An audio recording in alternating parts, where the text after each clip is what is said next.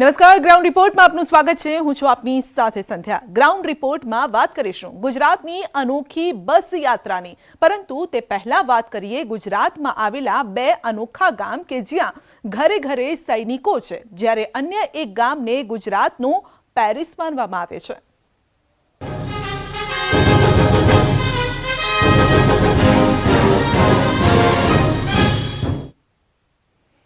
ગુજરાતના એવા બે ગામ જેણે દેશને અસંખ્ય સપૂતો સેવા માટે અર્પણ કર્યા છે। એમ કહેવામાં પણ અતિશયોક્તિ નહીં હોય કે આ ગામોમાં ઘરે ઘરે મા ભૂમિની રક્ષા કરતા સૈનિકો છે।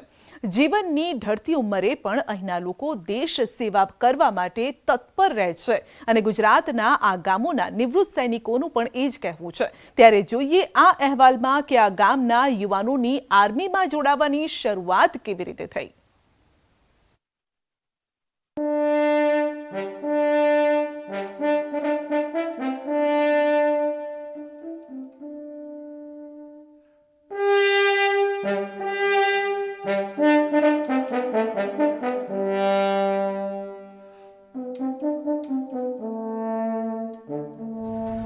આ કોઈ દેશના આર્મી ટ્રેનિંગ કેમ્પ કે પોલીસ જવાની ટ્રેનિંગ કેમ્પના દ્રશ્યો નથી। આ દ્રશ્ય છે ગુજરાતના છેવાડે આવેલા બનાસકાંઠા જિલ્લાના, જ્યાંના યુવાનોએ અનોખો દેશ દાજ બતાવી છે।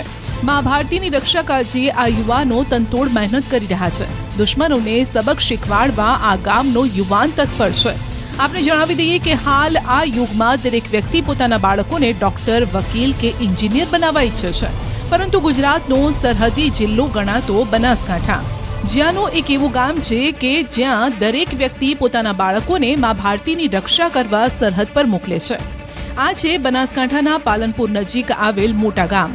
અંદાજિત 6000ની વસ્તી ધરાવતું આ ગામ, જ્યાં દરેક ઘરમાંથી એક સભ્ય સૈનિક તરીકે દેશની સેવા આપી રહ્યો છે। આ ગામના પરિવારોએ અત્યાર સુધીમાં અસંખ્ય સપૂતોને દેશ સેવા માટે અર્પણ કર્યા છે। ત્યારે સાંભળો આ ગામના આર્મી જવાનના માતાના જુસ્સાથી ભરેલા નિવેદનને।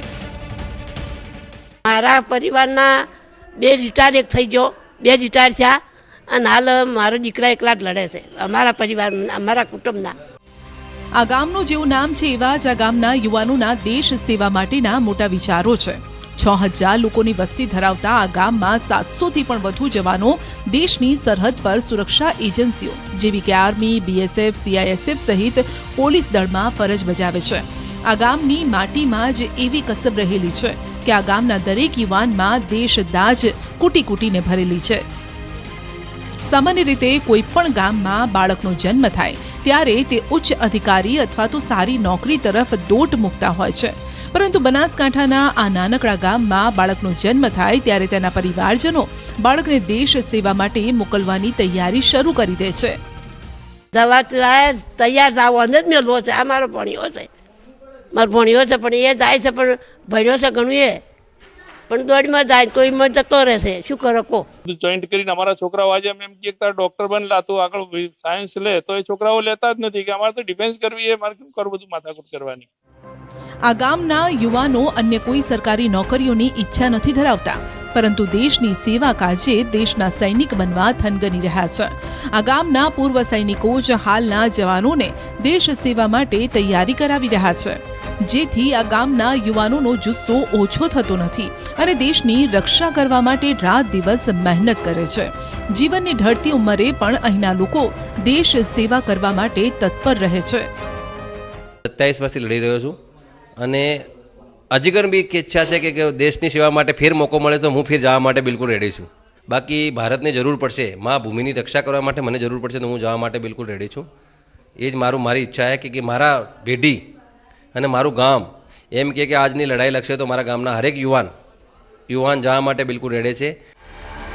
પાલનપુરના યુવાનોનો એક જ જીવન મંત્ર છે, અમારા માટે પહેલા દેશ છે અને પછી અમારો પરિવાર। ત્યારે હવે જોઈએ કે આર્મીમાં જોડાવાની શરૂઆત કેવી રીતે થઈ। દેશને આઝાદી મળ્યા બાદ મોટા ગામના પ્રથમ બે યુવાનો 1976માં આર્મીમાં જોડાયા હતા, જેમાંથી ભૂપતસિંહ રાજપૂત નામના સૈનિકે 1999માં કારગિલ ખાતે સફેદ નાલના ટાઈગર હિલ યુદ્ધમાં પોતાના મિત્રોને સાથે રાખી અનેક દુશ્મનો પર 3 પીપલથી યુદ્ધમાં વિજેતા મેળવી, જેમાં સેના દ્વારા ભૂપતસિંહને કારગિલ એવોર્ડથી સન્માનિત કરાયા. ત્યારથી આ ગામના યુવકોમાં આર્મીમાં જોડાવાની દેશ ભાવના ઉત્પન્ન થઈ છે. એક પછી એક યુવાનો અલગ અલગ લશ્કરમાં જોડાવા માંડ્યા. અગ્નિવીરની હાલમાં એક્ઝામ આવ્યો તો મારા ગામના ઓછામાં ઓછા 150 થી 200 ફોજી હું મોકલ્યા હતા, અને આવા માટે ભેટી માટે હું મારી ટ્રેનિંગ આપીશ ને અગ્નિવીરમાં જવા માટે બિલકુલ રેડી રહેશે. આજે બી મેં એક મેદાન મારા વખત બનાવેલું છે, એમાં 200 થી 250 રોજ છોકરા છોકરીઓ પ્રેક્ટિસ કરી હતી. આગળના મારા સર્વે પ્રમાણે જૂના વત્તા નવા હાલના સર્વિસ કરેલા યુવાનો દેશ માટે લગભગ 700 આજુબાજુનું મારા સર્વે પ્રમાણે એટલા બધા દેશની સેવા કરેલા. આગામી સમયમાં પણ આ ગામનો જવાન દેશ સેવા માટે આતુર છે. સેનામાં ભરતી થવા માટે થનગની રહ્યો છે. આ તરફ બનાસકાંઠાની જેમ સાબરકાંઠા જિલ્લાનું એક એવું ગામ છે કે જ્યાં લોકોના લોહીમાં જ દેશભક્તિ છે. અહીંના લોકો જીવનની આથમતી સંધ્યાએ અત્યારે જ દુશ્મનોને સબક શીખવાડવા બોર્ડર પર જવા માટે તૈયારી દર્શાવી રહ્યા છે. આ ગામની માટીમાં જ મા ભૂમની રક્ષા કરતા સપૂતોની સુવાસ ભળેલી છે. હિંમતનગરના હાપા ગામમાં દરેક ઘરમાં એક સૈનિક છે. કોઈ સેના, BSF, CISF, પોલીસ દળ સહિતની દેશ સેવામાં જોડાયેલા છે. ગામ લોકોના મતે હાલ 30થી વધુ સપૂતો સરહદ પર દેશની રક્ષા કરી રહ્યા છે અને 20થી વધુ જવાનો પોલીસ દળમાં સેવા બજાવે છે. ત્યારે ન્યૂઝ 18 ગુજરાતીએ એરફોર્સના પૂર્વ જવાન સાથે તેમના ફૌજના દિવસો અંગે વાત કરી. અત્યારે હાલ બી અમારા બ્લડમાં જ અમારે તો એવું છે કે અત્યારે હાલ અમે મા ભૂમ માટે અત્યારે હાલ અમને બોલાવવામાં આવે છે. પાછા જો સરકાર બોલાવે તો અમે અત્યારે હાલ બી સેવા આપવા તૈયાર છીએ. એવું કોઈ ઇમરજન્સી હોય, કોઈ બી કારણ હોય, અમારા બધા એક્સ સર્વિસમેન અત્યારે હાલ ગમે તે હોય પણ અમે તાત્કાલિક દેશ માટે અમે જવા માટે તૈયાર છીએ. ઇવન પગાર ના મળે તો બી વાંધો નહીં. વધુમાં વાત કરવામાં આવે તો 50થી વધુ જવાનો દેશની રક્ષા કરી હાલ નિવૃત્ત જીવન પણ પસાર કરી રહ્યા છે. સરકાર જો આ ઉંમરે પણ તક આપે તો આતંકવાદીઓને તેમની औकात બતાવી દેવાનો જુસ્સો હાલ તેઓ ધરાવી રહ્યા છે. આ ગામના લોકો મોટાભાગે આર્મી, નેવી, નૌકાદળ, એરફોર્સની અલગ અલગ સેવા આપી રહ્યા છે. ખાસ વાત તો એ છે કે હાપા ગામની પ્રાથમિક શાળામાં જ દેશદાઝની પ્રેરણા અપાય છે. ગામના વડીલોના મતે પ્રાથમિક સ્કૂલમાંથી જ ભણીને ઘણા યુવાનો સેના, નેવી, એરફોર્સ, BSF, પોલીસ દળમાં સેવા બજાવી રહ્યા છે. જ્યારે કે નિવૃત્ત સેના જવાનો ગામના અન્ય યુવાનોને તાલીમ આપીને તૈયાર પણ કરે છે. હાપા ગામ કેવળ ગુજરાતનું જ નહીં પરંતુ સમગ્ર દેશનું ગૌરવવંતું ગામ છે. કે CRPF, army, air force, navy, police આજે 50 ઉપરાંત નિવૃત્ત જવાનો અને એટલી જ સંખ્યામાં હાલ ચાલુ ડ્યુટી પર પણ હાપા પ્રાથમિક શાળામાં ભણેલા દીકરાઓ સર્વિસ કરી રહ્યા છે. ઇવન કે દીકરીઓ પણ એ જ રીતના CRPFમાં પણ સર્વિસ કરી રહી છે. ખરેખર અમારા ગામ માટે બહુ ગર્વ લેવા જેવી બાબત છે કે મારા ગામની 2 દીકરીઓ પણ CRPFમાં જોડાયેલું છે અને એ સરહદ ઉપર હાલ સેવા બજાવી રહી છે. આ ગામમાં દેશનો પ્રેમ પણ એટલો જ જોવા મળે છે. 2100ની વસ્તી ધરાવતા આ હાપા ગામના જવાનો અન્ય કોઈ સરકારી કે ખાનગી નોકરી કરવા ઈચ્છતા નથી. આ ગામના સપૂતો દેશના સીમાડાની રક્ષા કરી રહ્યા છે. કોઈ પરિવારનો એક દીકરો ફૌજમાં છે તો કોઈનો આખો પરિવાર. અત્યારે પણ ગામના અસંખ્ય યુવાનો દેશની રક્ષા કરવા માટે તત્પર છે. પોતાના પુત્રો દેશની રક્ષા કરતા હોવાથી ગામના દરેક પરિવારના લોકો તેમના પર ગર્વ કરે છે. મેં 71માં લડાઈમાં ભાગ લીધો. 76માં હું ભરતી થયેલો હતો અને પછી ત્યાંથી બરોડા લઈ ગયા. બરોડા મેં ટ્રેનિંગ કરી 3 મહિના. ત્યાંથી ટ્રેનિંગ કર્યા પછી જામનગર ગયા ફાયરિંગમાં. 6 મહિનાની અંદર ફાયરિંગ કરાવ્યું અમારી પાસે તોપો સાથે. અને એ વખત આર્મીની અંદર આર્ટલરી 129 AD રેજિમેન્ટની અંદર માણસો કમી હતા. એ વખત એવું હતું એ વાર્ષિક 2 મહિના ટ્રેનિંગ માટે બધા જે ઘેર જતા હતા એમને પાછા બોલાવતા અને ફાયરિંગ કરતા હતા. અમે ગયા હતા, તોપો હાથ આવતા હતા અને ત્યાં જતા હતા. સ્થાનિકોના મતે દેશદાજને વરેલું આ એકમાત્ર ગામ નથી, પરંતુ તેની સાથે સાથે વિજયનગર તાલુકાના અનેક ગામ છે જ્યાં ઘર દીઠ 1 થી વધુ લોકો કાશ્મીરથી કન્યાકુમારી સુધીની સરહદો પર તૈનાત છે. જીવનની આથમતી સંધ્યાએ પહોંચેલા આ નિવૃત્ત જવાનોની દેશદાજ લોકોને પ્રેરણા આપી રહી છે. ગુજરાતના બંને ગામની કહાની અદ્ભુત છે. રાજ્યના અન્ય ગામોના યુવાનો માટે પણ સાબરકાંઠાનું હાપા, બનાસકાંઠાનું મોટા ગામ ઉદાહરણ સમાન છે. મા ભારતીની રક્ષા કરવા યુવાનોનો આ જુસ્સો કાબિલે દાદ છે. સેલ્યુટ છે આ ગામના યુવાનોને.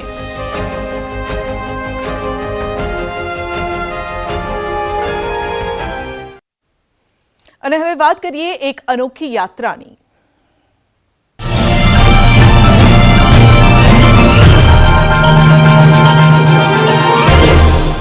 નમસ્કાર, હું સંધ્યા આપની સાથે. આજે આપને એક રોમાંચક સફરે લઈ જઈ રહી છું, જેના માટે વહેલા અમે ઉઠ્યા છીએ. પરંતુ આ સફર આજે આપના માટે એક યાદગાર પણ રહેવાની છે. મારા માટે તો રહેવાની જ છે, કારણ કે મારા માટે પણ એક નવી બાબત આજે થવાની છે. કઈ બાબત છે તે આગળ આપણે જોઈશું. અને જે જગ્યાએ અમે જઈ રહ્યા છીએ તે અમદાવાદથી 50-55 કિલોમીટર દૂર આવેલી છે. પરંતુ એ જગ્યા કરતા એ બાબતનું વધારે મહત્વ છે. કઈ એ બાબત છે, શું છે, આજની સફર કેવી રહેવાની છે, ખાસ કરીને ભક્તિ, સેવા, દેશ સેવા, બધા જ રંગ આજે આપને જોવા મળવાના છે.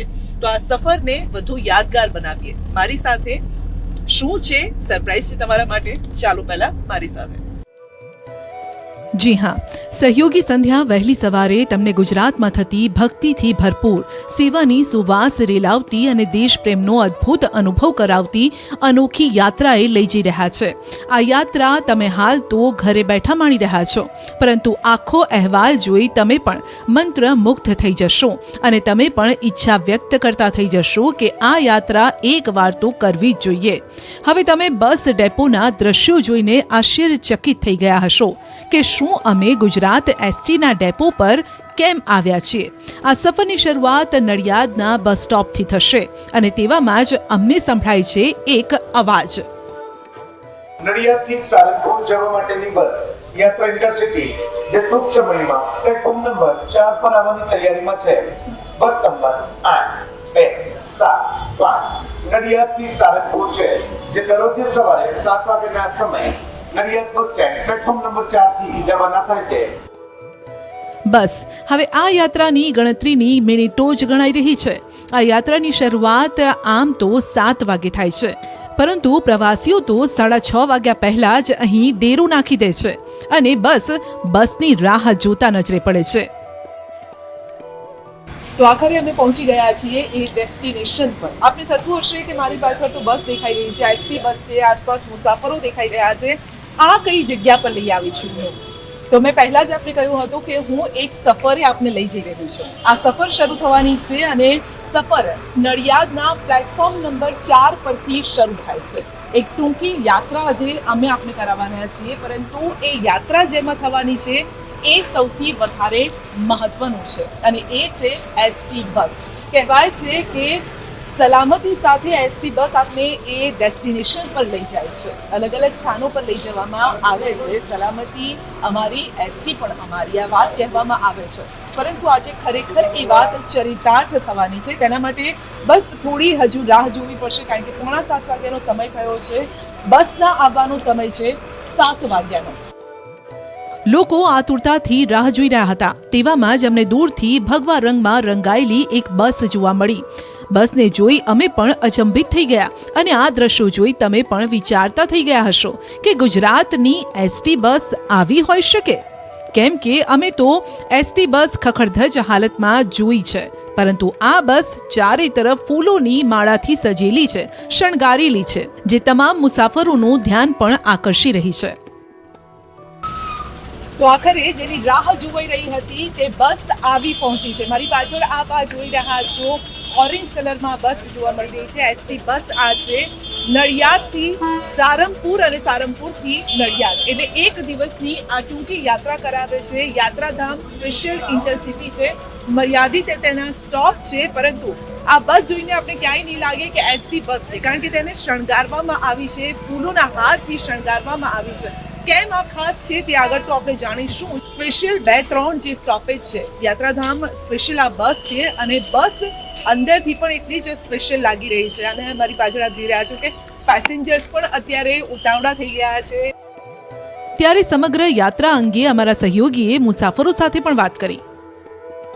કેમ ઉતાવળ કેમ લાગી રહી છે? દાદાના દર્શન કરવા માટે. તો સારંગપુર જવાનું છે તો એક જયકારો થઈ જાય અહીંયાથી જ. શ્રી કષ્ટભંજન દેવની જય.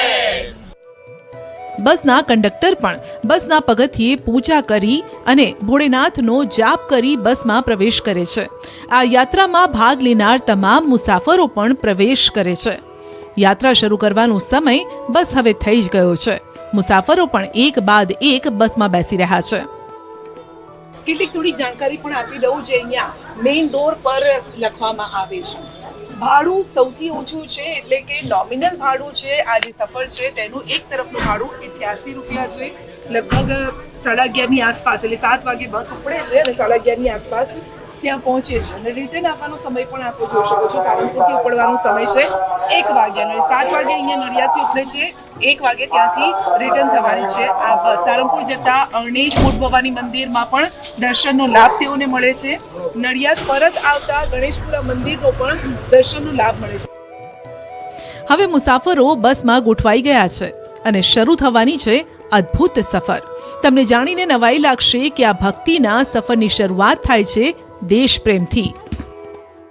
जनगण महाअधिनायक जय हे भारत भाग्य विधाता पंजाब सिंध गुजरात मराठा द्राविड उत्कल गंगा विंध्य हिमाचल यमुना गंगा उच्चल जलधि तरंगा तव शुभ नामे जागे तव शुभ आशीष मांगे गाहे तव जय गाथा जन गण मंगल नायक जय हे भारत भाग्य विधाता जय हे जय हे जय हे जय जय जय जय हे भारत माता की जय भारत माता की जय बोलो कष्टभंजन देवनी जय. ન માત્ર બસના ડ્રાઈવર કંડક્ટર પરંતુ મુસાફરોમાં પણ દેશ પ્રેમની ભાવના છલકાય છે. તેવા દ્રશ્યો આ યાત્રા કરાવતી એસટી બસમાં જોવા મળ્યા. અને તેમાંય આ તો વાત થઈ દેશ પ્રેમની, તો હવે વાત ભક્તિ પ્રેમની પણ કરીએ. આપણે ઘરેથી નીકળીએ ત્યારે વડીલોને ઇષ્ટદેવને યાદ કરી પગે લાગીને નીકળતા હોઈએ છીએ, જેથી આપણું કામ સફળ રહે. અહીં પણ એ જ પરંપરા અપનાવાય છે. રોજ ભગવાનને નવા પુષ્પ ચઢાવાય છે, પૂજા અર્ચના કરાય છે. યાત્રા શરૂ થયા બાદ અહીં વહેલી સવારે 3 અલગ અલગ આરતી કરાય છે અને ત્યારબાદ પ્રસાદ પણ લોકોને અપાય છે. કષ્ટભંજન દેવ અને અન્ય ભગવાનની પૂજા અર્ચના થાય છે. દ્રશ્યોમાં જોઈ શકો છો તેમ અહીં બસના કંડક્ટર દાદાની પૂજા કરે છે, ભોગ લગાવે છે, પુષ્પ અર્પણ કરે છે. દરેક બસ જે એસટીની બસ હોય છે તેના કરતાં આ અલગ તરી આવે છે. જેવા જ તમે એન્ટર થાવ છો અને ડાબી બાજુ વળો છો તેવા જ દાદાના દર્શન થાય છે.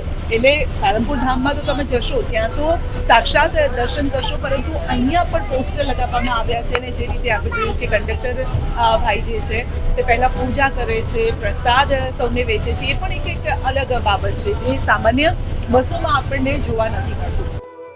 આ બસ જ જાણે એક મંદિર હોય તે રીતે અહીં પૂજા પાઠ કરાય છે. અંદરથી પણ બસને શણગારવામાં આવી છે. બસમાં શુભ લાભના તોરણ લગાવવામાં આવ્યા છે. આપણી સંસ્કૃતિ પણ છે કે ઘરના આંગણાને સુશોભિત કરવું હોય તો તોરણ લગાવીએ છીએ. તે જ રીતે અહીં પણ એ જ શણગાર કરાયો છે. અહીંયા એક મોટો સંદેશ પણ આપવામાં આવે છે. દરેક સીટની પાછળ એક સ્પીકર લગાવવામાં આવ્યું છે અને જેમાં લખ્યું છે કે ગંદકી કરશો નહીં. એક સ્વચ્છતાનો સંદેશ પણ આપવામાં આવે છે. કહેવામાં આવે છે કે સ્વચ્છતા ત્યાં પ્રભુતા. જ્યાં પણ સ્વચ્છતા હોય છે ત્યાં પ્રભુનો વાસ રહેલો છે. આ બસમાં સ્પીકર લગાવવામાં આવ્યા છે. બસના કંડક્ટર પોતાનો ફોન સ્પીકર સાથે કનેક્ટ કરે છે અને પછી ભક્તિના સૂર રેલાય છે, જેથી લોકો પણ ભક્તિના રંગમાં રંગાઈ જાય છે અને લોકોના દિવસની શરૂઆત પણ સુંદર ભક્તિમય માહોલમાં થાય છે.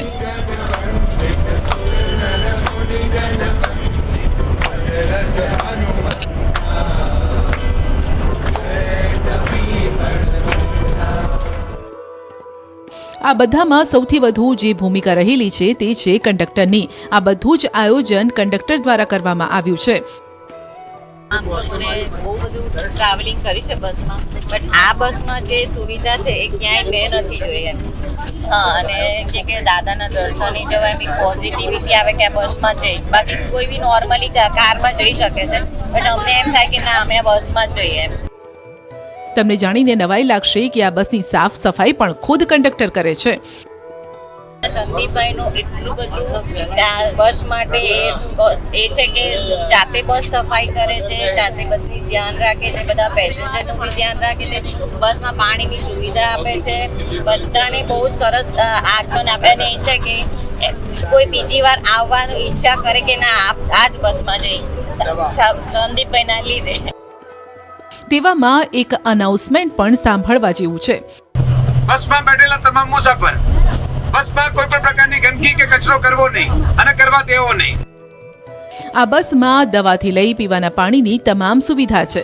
બસના ડ્રાઈવર અને કંડક્ટરનો એક જ ધ્યેય છે કે મુસાફરો તમામ યાત્રાધામોના દર્શન શાંતિથી કરે અને તેમને કોઈ જ પ્રકારની અગવડ ન પડે. સાથે જ આ બસમાં ચોકલેટ પણ વહેંચાય છે. કેટલા સેવાભાવી લોકો અહીં આ જ પ્રકારે સેવા કરવાના આશયથી આ કાર્ય કરે છે.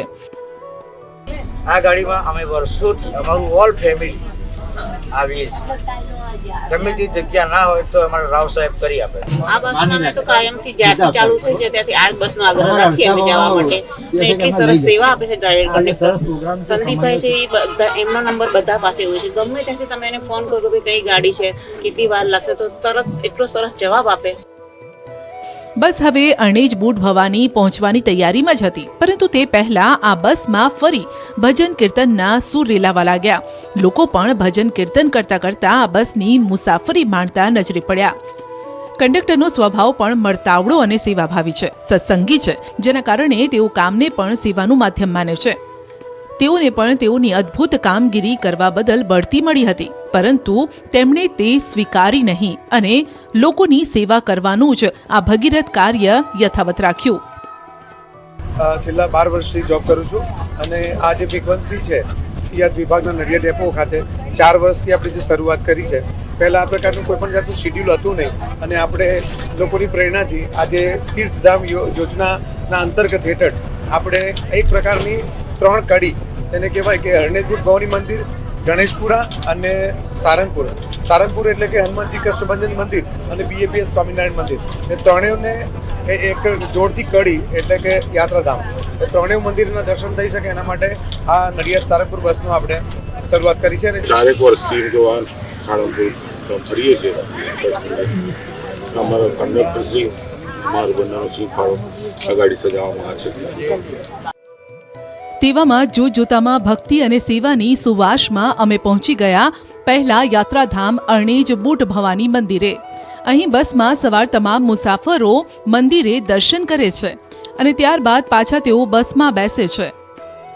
તો પહેલું સ્ટોપ આવી ગયું છે અણેજ બુટ ભવાની મંદિર. આ પહેલું સ્ટોપ છે યાત્રાધામનું. અહીંયા પેસેન્જર્સ ઉતરશે અને ત્યારબાદ તેઓ દર્શન કરશે અને દર્શન કરીને પાછા આવશે. જે રીતે કંડક્ટર સાહેબે પણ કહ્યું કે એક સાયરન વાગશે, એ સાયરન વાગતા જ તમામ જે મુસાફરો છે તેઓ દર્શન કરીને પાછા આવવાનું રહેશે અને ત્યારબાદ તેઓ સાળંગપુર હનુમાન દાદાના મંદિરે દર્શન કરવા માટે તેઓ જશે.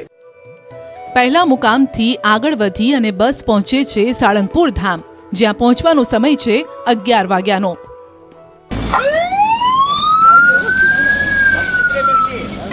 નડિયાદ સારંગપુર યાત્રાધામ ઇન્ટરસિટી હવે રવાના થાય છે. યાત્રા સ્પેશિયલના નડિયાદથી આવેલા તમામ મુસાફર ચાલો, દર્શન થઈ ગયા હોય તો સમય સૂચકતા સાચવી યાત્રા સ્પેશિયલ સારંગપુર જવા હવે રવાના થશે. સારંગપુર જવામાં વધુ વિલંબ ન થાય તે અર્થે દર્શન થઈ ગયા હોય તો ચાલો, અન્યથા રહી જશો તો વારો આવશે કાલે. 11 થી 1:30 વાગ્યા સુધી અહીંયા વિરામનો સમય હોય છે. એટલે આ દરમિયાન જે પણ ભક્તો છે, યાત્રાળુઓ છે, તે મંદિરે દર્શન કરે છે, દાદાના આશીર્વાદ લે છે, ત્યારબાદ ચા પાણી અને ભોજન પણ માણે છે. 1.5 કલાકનો સમય તેમને આપવામાં આવે છે અને ત્યારબાદ પરત આ બસ પાછી ફરે છે.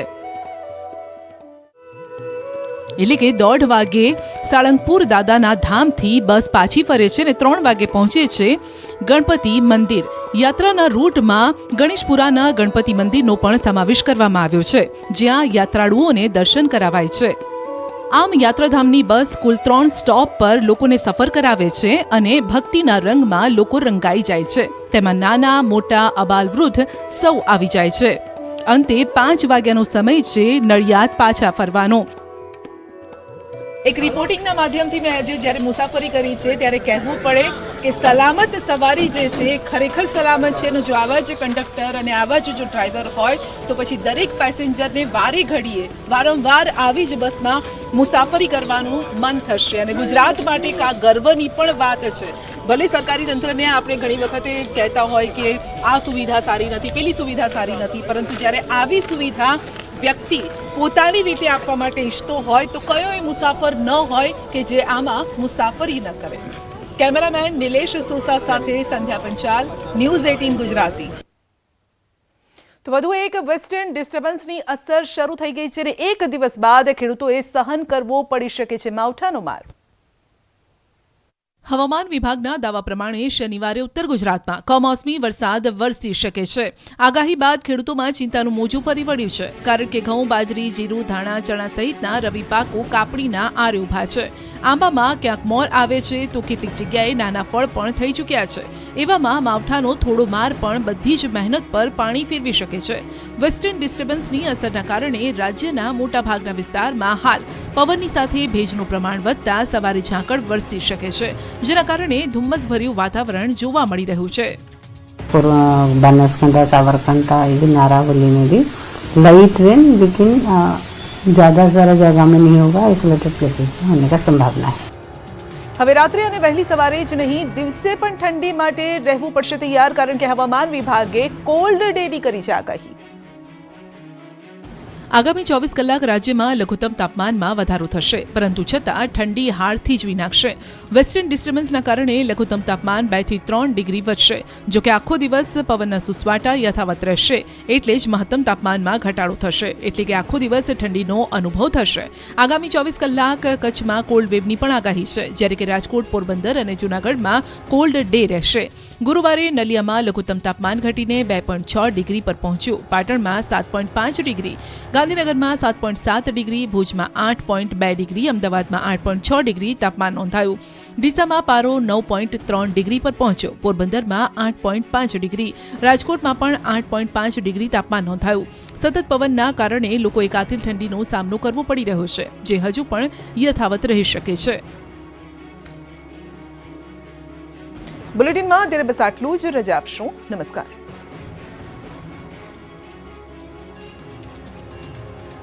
ઠંડી સતત માઇનસમાં ચાલી રહી છે. બુધવારે -3 ડિગ્રી તાપમાન વચ્ચે હવે પારો પણ 4 પહોંચ્યો છે. સાંજે અને વહેલી સવારે પ્રવાસન સ્થળ હોવા છતાં પણ આબુના રસ્તાઓ સુમસામ છે. મોટી સંખ્યામાં ઉમટેલા પ્રવાસીઓ તાપણાનો સહારો લઈ રહ્યા છે. માણસો અને પ્રાણીઓ પણ થથરી રહ્યા છે. ઘાસના મેદાનમાં ઝાકળના બિંદુઓ બરફ બની જતા સફેદ ચાદર છવાઈ, જેના પર પગ મૂકતા જ ધ્રુજારી છૂટી જાય તેવી સ્થિતિ છે. કારની છત પર તથા વિન્ડશીલ્ડ પર પણ બરફ જામેલો છે. હોટલની બહાર ટેબલ પર પણ બરફનો પાતળો થર દેખાયો. છેલ્લા 5 દિવસથી આબુમાં તાપમાન માઇનસમાં છે.